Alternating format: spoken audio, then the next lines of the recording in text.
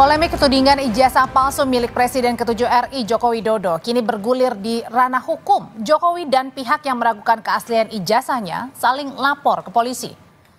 Setidaknya saudara ada 3 laporan ke polisi terkait dengan gonjang-ganjing ijazah Jokowi. Yang pertama, tim pembela hukum atau pembela ulama dan aktivis melapor ke Barreskrim Polri soal dugaan ijazah palsu. Sementara Jokowi melaporkan Roy Suryo CS ke Polda Metro Jaya atas tuduhan pencemaran nama baik.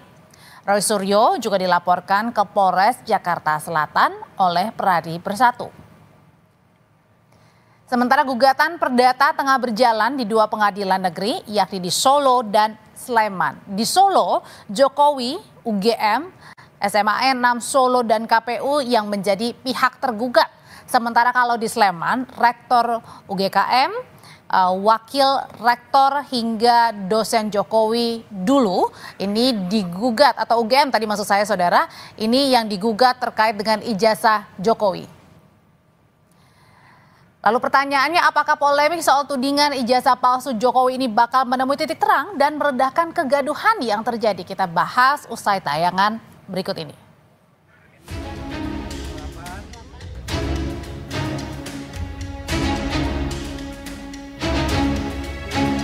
Tak cuma di pengadilan, polemik ijazah Jokowi juga bergulir di kepolisian. Mantan Menpora Roy Suryo hari ini diperiksa penyidik Polda Metro Jaya. Roy dilaporkan Presiden ke-7 RI Joko Widodo atas dugaan pencemaran nama baik soal tudingan ijazah palsu. Namun menurut Roy, dalam surat pemanggilan klarifikasi tak tercantum namanya sebagai terlapor. Ia mengaku hanya menjawab yang berkaitan dengan perkara dalam surat pemanggilan. Tentang ada beberapa hal yang lain yang ditanyakan, apakah soal video begini, saya hanya jawab singkat saja. Apakah itu ada pada surat laporan tertanggal 26 Maret 2025. Ketika ditanyakan tidak terkait dengan itu, ya sudah. Jangan tanya saya yang tidak ada kaitannya dengan itu. Ini clear banget ya. Ini clear banget. Jadi LP itu ada pelapornya, tapi lucunya nggak ada terlapor. Sekali lagi ya, tidak ada nama terlapor. Jadi untuk para kuasa hukum yang kemarin sudah nyebut-nyebut nama, inisial dan sebagainya, hentikan. Presiden ke-7 RI Joko Widodo menyebut alasan dirinya melaporkan 5 orang terkait tudingan ijazah palsu untuk membuat pembelajaran. Ia merasa dihina dan direndahkan dengan adanya tuduhan tersebut. Kan sudah menghina saya sehina-hinanya. Sudah menuduh ijazah itu ijazah palsu. Sudah merendahkan saya serendah-rendahnya. Ya nanti dibuktikan lewat proses hukum. Ramai soal gugatan ijazah palsu juga sempat disinggung Ketua Umum PDIP, Megawati Soekarno Putri. Walau Mega tak menyebut langsung nama pemilik ijazah yang dituding palsu, ia menantang agar pihak yang digugat tak ragu menunjukkan ijazahnya jika asli. Banyak loh sekarang gonjang-ganjing urusan ijazah benar apa enggak. Ya susah aja. Kalau ada ijazah itu kasih aja ini ijazah saya. Itu nah dengan demikian ya, ini kan saya pusing ya, pusing orang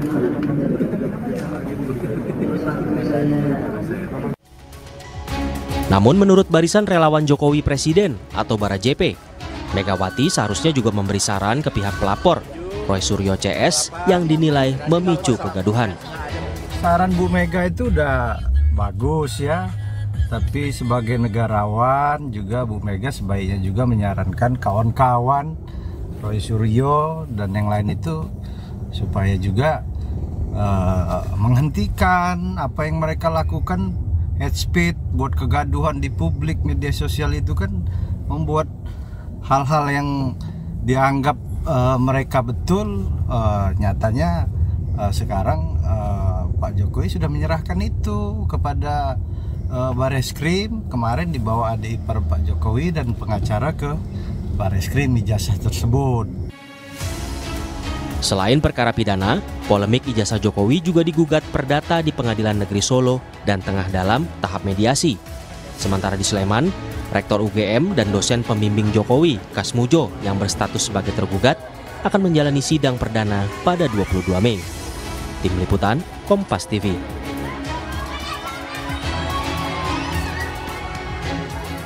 Roy Suryo sudah diperiksa hari ini atas laporan yang dilayangkan Presiden ke-7 RI, Joko Widodo. Lebih lengkap mengenai pemanggilan Roy Suryo CS hari ini ke Polda Metro Jaya, kita bahas bersama pendukung Roy Suryo yang tadi juga ikut mengantar ke Polda, ada Marwan Batubara, dan juga sudah hadir kuasa hukum Jokowi, Rifai Kusumanegara. Malam, Mas Rifai, Pak Marwan.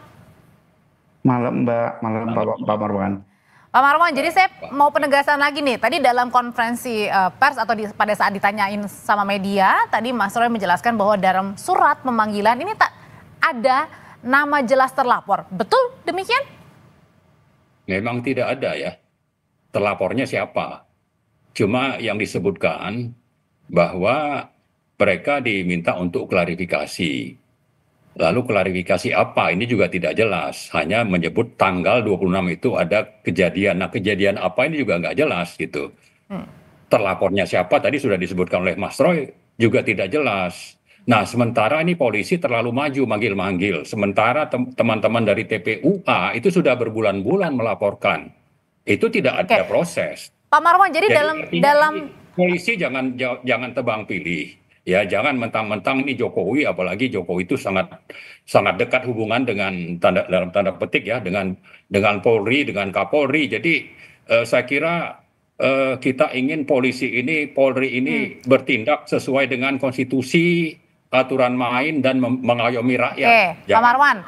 Jadi sebenarnya dalam surat laporan itu tidak ada nama terlapornya, tapi dalam surat laporan itu isinya apa? Ya, kita tidak tahu yang diminta. Yang jelas mereka itu diminta untuk datang klarifikasi kemarin terkait dengan Bu Kurnia.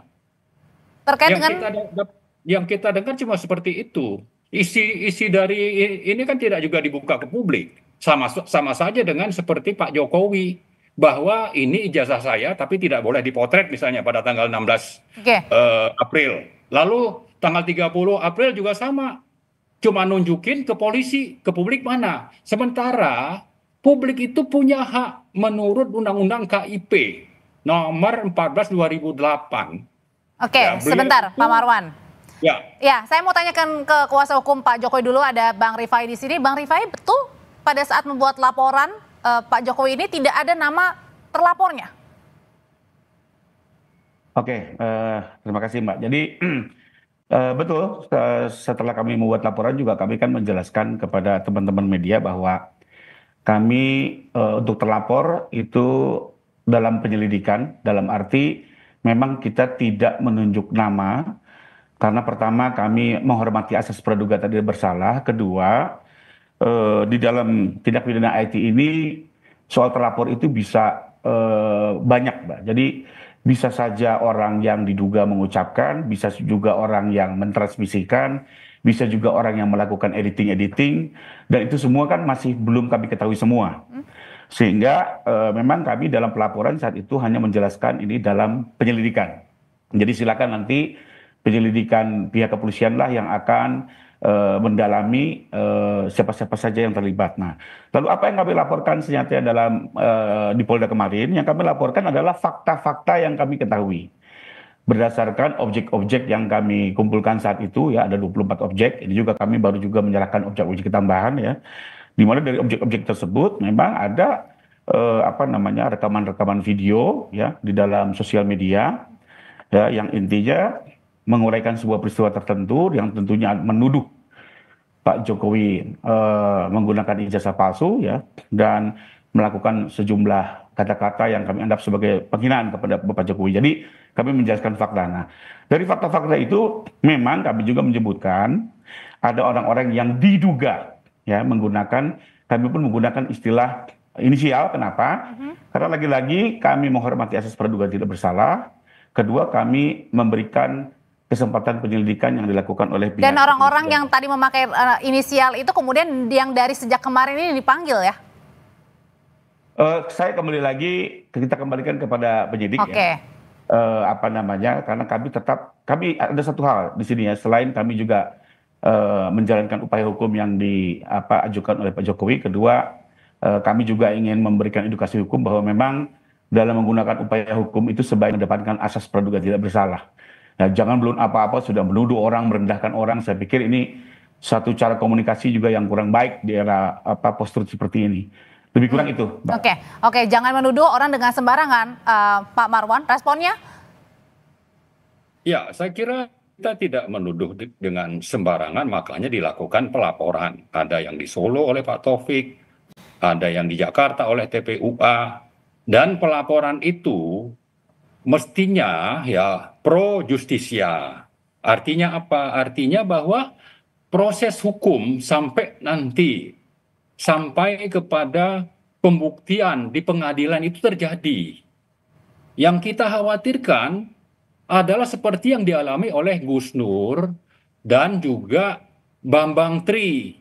Mereka menggugat bahwa diduga ijazah Jokowi itu palsu, tapi proses pembuktian di pengadilannya tidak pernah terjadi, lalu 2 orang ini dipenjarakan 6 tahun misalnya.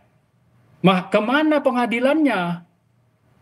Bagaimana bisa itu terjadi? Ya, saya yakin itu karena ada intervensi dari kekuasaan. Artinya apa? Artinya bahwa kalau kita mengaku ini negara hukum, maka proses hukum itu harus diutamakan, jangan pendekatan politik kekuasaan. Dan itu sudah terjadi dan ini kelihatannya akan terjadi. Tapi kan ini klarifikasi juga. Saya sedikit lagi menambahkan bahwa ini bukan urusan perdata untuk dikatakan bahwa ini bukan hal yang layak untuk diproses oleh pengadilan. Ini masalah pidana.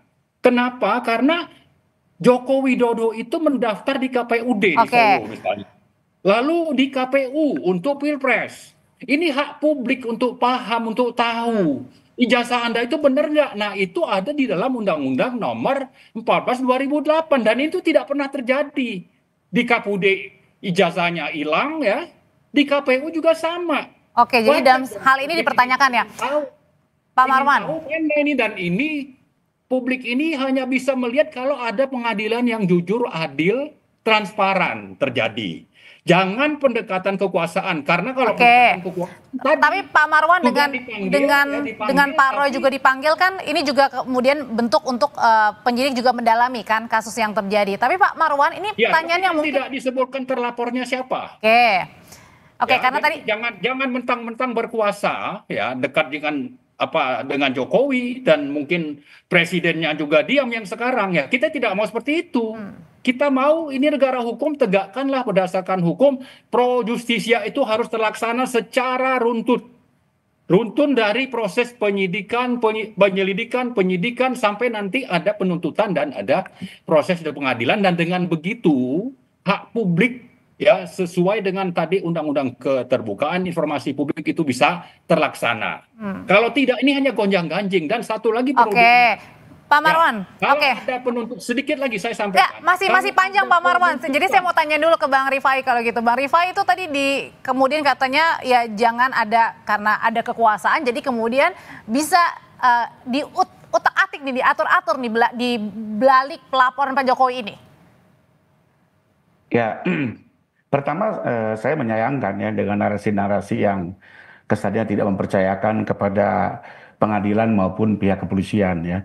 Kenapa? Karena di dalam negara hukum ini ya memang mau tidak mau kita harus mempercayakan semua proses hukum kepada lembaga-lembaga yang berwenang yang diatur dalam konstitusi ya. Dalam hal ini adanya pengadilan ya sebagai kekuasaan yang terpisah bahkan dari kekuasaan negara ya, sesuai dengan res politika ya.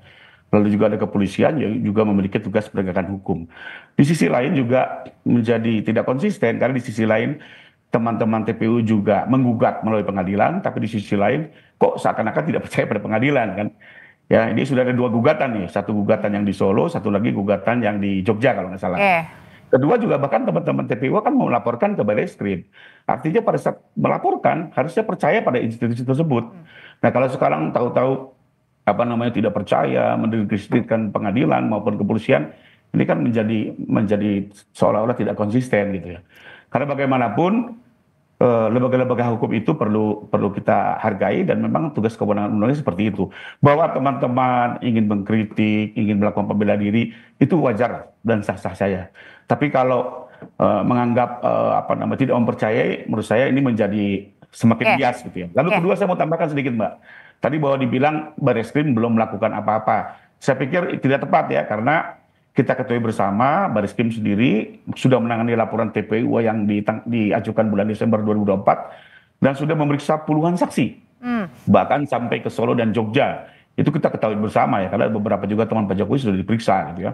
Bahkan kami pun juga sudah diminta menyerahkan ijazah asli. Jadi menurut saya justru yang di Bareskrim sudah lebih dulu pekerjaannya dibanding yang di Polda ini masih berjalan di belakang, saya pikir. Oke, Bang Rifai, kan kalau tadi Kombes Adari bilang bahwa yang disita itu ada flash disk ya, kemudian ada YouTube, ada konten media sosial di X juga. Nah, kemudian juga tadi baik Mas Roy maupun juga Dr. Tifa, kemudian kemarin di YouTuber Michael juga ditanya soal peristiwa 26 Maret 2025. Sebenarnya apa sih yang dilaporkan 26 Maret itu terjadi apa? Apa yang mengusik Pak Jokowi saat itu?